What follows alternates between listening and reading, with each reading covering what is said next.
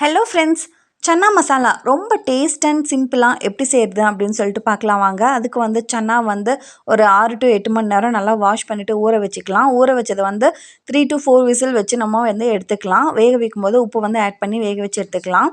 ஒரு கடாயில் வந்து நல்லா கடாய் சூடானதுக்கப்புறமா கொஞ்சமாக ஆயில், அதுக்கப்புறமா கடுகு போட்டு கடுகு நல்லா பொரிஞ்சதுக்கப்புறமா கட் பண்ணி வச்சுருக்கிற பெரிய வெங்காயம் வந்து போட்டுக்கலாம். நீங்கள் சின்ன வெங்காயம் போட்டுக்கலாம், பெரிய வெங்காயம் போட்டுக்கலாம்.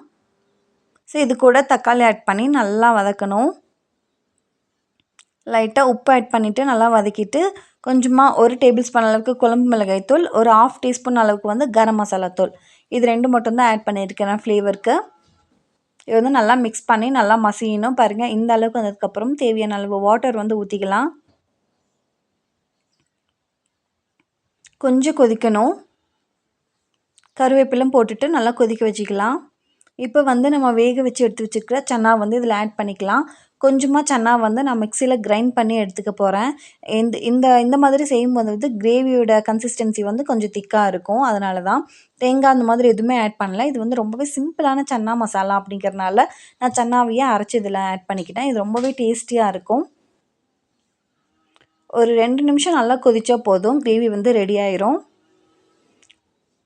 லாஸ்ட்டாக வந்து கொத்தமல்லி வந்து தூவிக்கலாம். அவ்வளோதான் ஃப்ரெண்ட்ஸ், சன்னா மசாலா வந்து ரெடி ஆயிடுச்சு. மறக்காமல் ட்ரை பண்ணி பாருங்கள். பிடிச்சிருந்தா இந்த வீடியோக்கு ஒரு லைக் போட்டு சேனலுக்கு சப்ஸ்கிரைப் பண்ணிக்கோங்க.